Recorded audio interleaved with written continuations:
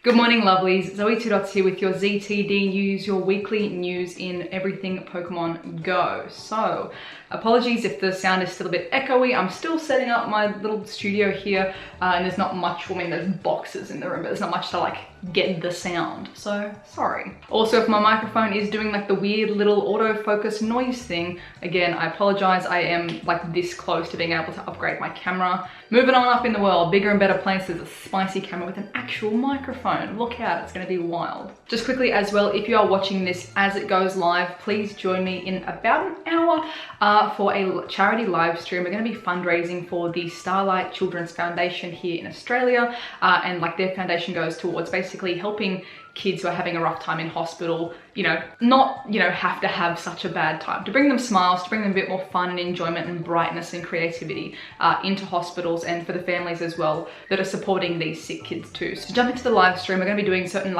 nicknaming a Pokemon for certain donations or certain challenges and things like that. So if you'd like to get involved, come and check it out, come and get involved and support a great cause. So first, a little bit of news is the research breakthrough boxes and what we're going to be seeing from the 1st of May through to the end of June, and that is going to be Lugia, Ho-oh, Latias, and Latios. All 4 of these shiny potential Pokemon, and I honestly think it's personally I think it's kind of a good thing. I like that it is like immediately following the Latios and Latias raids. So I mean, if you missed out on a shiny, there's going to be a whole bunch more chances here to potentially, maybe, fingers crossed, get one. But I also think it's fantastic for people who don't raid, can't raid, perhaps rural players who, again, can't, the rural raid issue has not been solved.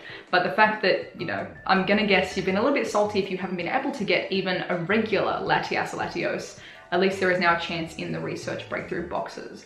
Let me know what you guys think. I know it is kind of like a band-aid solution, but I think it is good that the current feature raid Pokemon for this month is kind of rolling into the research boxes for next month, so it's still accessible, it's still obtainable. Maybe, child accounts, people who don't raid with their kids, they can still get the dex entry for these things. So yeah, let me know what you think. As well, we're going to be seeing an update to the egg pool. So this gets me kind of hyped, and peep this little graphic here from Couple of Gaming as well, just to kind of like use as a visual aid. Pretty much as of this video going up, this should be live. So 1 PM PDT on the 26th.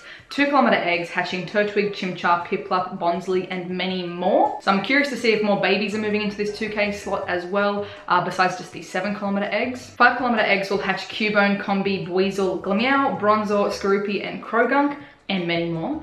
Again, I'm curious what these many more are going to be. I know the 5K egg pool has traditionally been clogged the heck up with just so much stuff. Out of there, we can at least call out Cubone as being a potential shiny, Bronzor, Skorupi, Krogunk, definitely I don't see them too often in the wild. Perhaps where you live it might be different, you might not see other ones in the wild, so a good candy source there potentially as well for 5K eggs. And 10 kilometer eggs going to be having Mawile, Absol, Shinx, Cranidos, Shieldon, Riolu, and many more.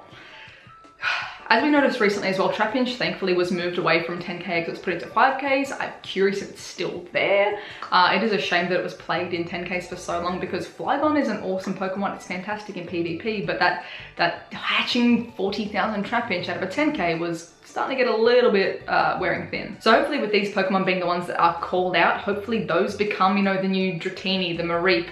Like maybe not, I don't think, Cranidos is going to be as common as a Dratini in eggs. Maybe it'll be closer to something like the mid-range rarities for 10Ks. Maybe not as rare as a Snorlax like they used to be in 10Ks, but somewhere around the midpoint would be great for those new Gen 4 Pokemon. For me, certainly the only reason I have as many Cranidos candies as I do is because of rare candies and putting them in gyms and feeding them in gyms in the hopes of getting 1 candy from that like every day just about. So yeah, let's hopefully we see some more of these popping out. I'm sure within a week as well we'll have a generous data set to see what the many more Pokemon are too on the Sylph Road. So link for the Sylph Road will be in the description too if you want to check out what studies they're doing on the new egg sets. Up next, shiny Meltan is back in mystery boxes. So to get yourself a mystery box, you're going to need to basically connect your phone to a Switch, a Nintendo Switch with Let's Go. So once you get up to Fuchsia City in Let's Go, you can transfer Pokemon from your phone, from Pokemon Go, into Let's Go, into the Let's Go Park.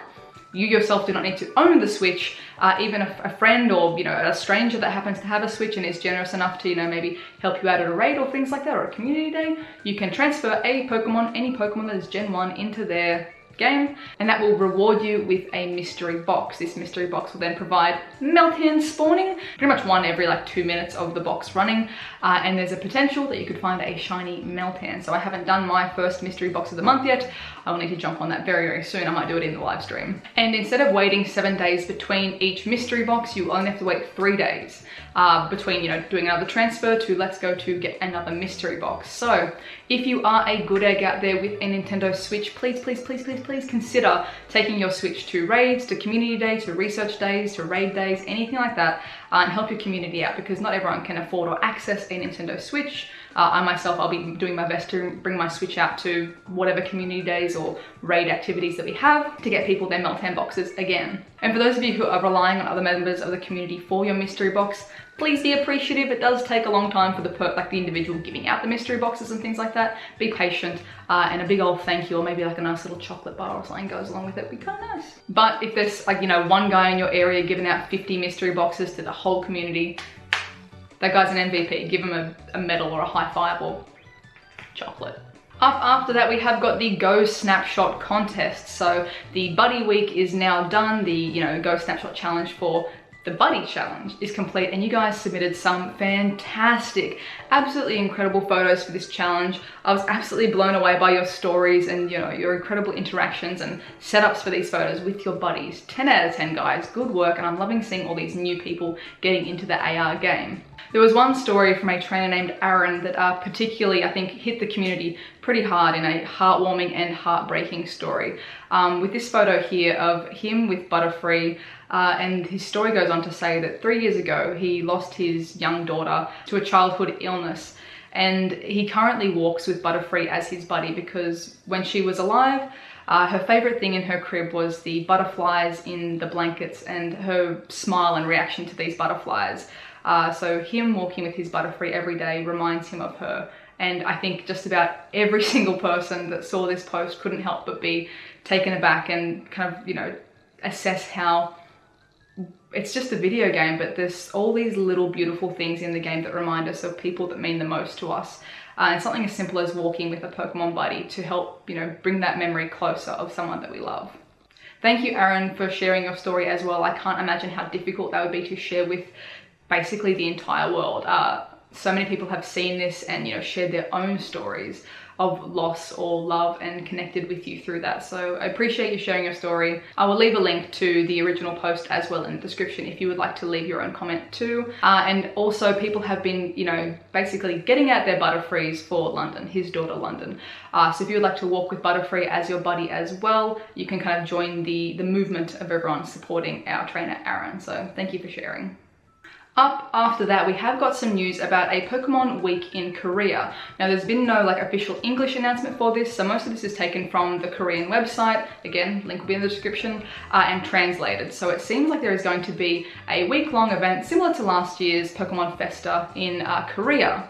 The promotional image here showing Unknown, Solrock, Corsola as an out-of-place regional, Combee, Wailmer, and Growlithe. So the post goes on to say that Combee and Wailmer will be spawning in increased numbers. The only one that's not a shiny out of Wailmer, Growlithe, and Combee is Combee. So could it be that Combee will be released similar to Safari Zone styles as a worldwide shiny? I don't know, just because it is such a, you know, it's not a Safari Zone, but it's its own event thing. I'm very curious to see if there's going to be Combee spawning as shiny in the wild. Here's what it looks like, and it's pretty cute. I wouldn't mind getting my mitts on that. As for whether or not I'll be attending this event in Korea, probably not, just because it was such a last minute like kind of notice. I have got like not really any time to prepare for that. Would have been good to know about before. Singapore, because I could have gone straight from Singapore to Korea, maybe, I don't know. But I hope that the Korean trainers have fun with this. Do check out the website as well, because it does seem like there's going to be giveaways of these like awesome Pokemon Go pop sockets and hats and things like that.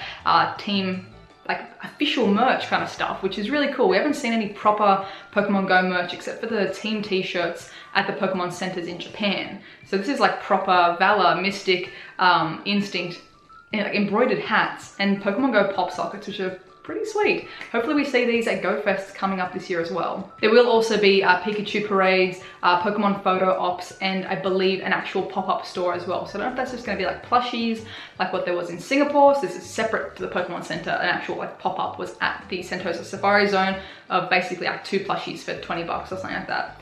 I don't know if it's going to be like that, or if maybe you'll be able to purchase the pop sockets. Again, the website is more erring towards completing certain missions and getting the pop sockets and completing certain tasks to get the hats as like a giveaway. So I'll have to wait and see. Fingers crossed one of the Pokemon Go YouTubers in some capacity somewhere around the world is able to cover it. If you're a Korean trainer and you've got a camera, please feel free to film it and send it in and show us so we can see what's kind of happening at the Korean event too. Fingers crossed with it being so close to Yuri and Yamada as well in Japan, maybe they'll be able to go over and have a sneaky little look.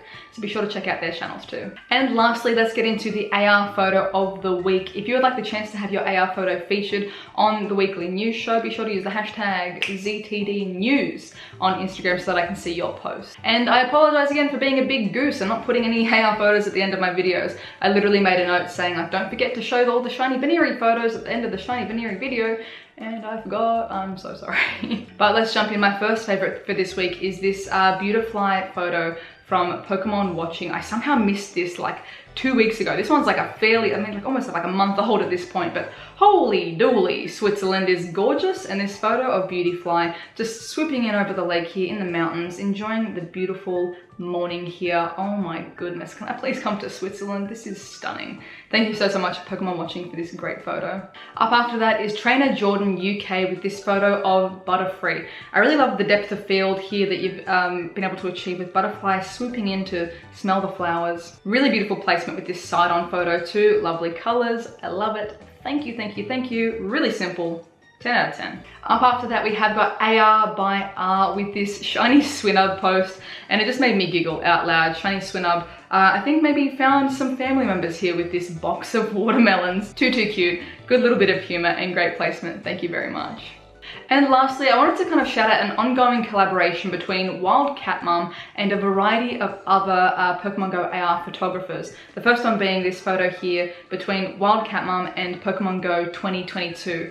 And it's this beautiful series of photographs of 2 photos taken by the individual trainers and then edited and cropped together. It's a really beautiful way to show collaboration around the world and the way that Pokemon Go brings us together too. Again, the second photo here as well from these same photographers, Wild Cat Mum and Pokemon Go 2022. Both of the young children here using their Pokemon in battle. Again, a fantastic edit and collaboration. And lastly, Wild Cat Mum and Growlithe Girl. Wild Cat Mum with her cat there and Growlithe Girl with her Growlithe. I really love these edits and I think it's a really beautiful and simple way to just kind of show again, the connection that Pokemon Go brings to certain players and brings to all of us, really. We're just catching digital monsters, but this game can bring us together in so many ways. So thank you guys for these amazing collaborations. I love the effort that's gone into them. 10 out of 10, 10 out of 10, 10 out of 10. So don't forget guys, if you want to get your photo featured, you want the chance to be featured, hashtag ZTDnews. Good luck with all of your entries as well into next week's Pokemon Go like Snapshot challenge with the Habitat challenge. Do remember guys, no editing. I know that I feature some photos in my ZTD news that definitely have editing. For the Go Snapshot challenges, you'll be disqualified if there is any editing, any color correcting, anything. Keep it like OG natural. I can't wait to see what you guys make. Keep up the amazing work and I can't wait to show them off as well throughout the week too. I hope you have a wonderful, wonderful morning, noon, night, whatever that is for you, and I'll catch you guys in the next one. Bye.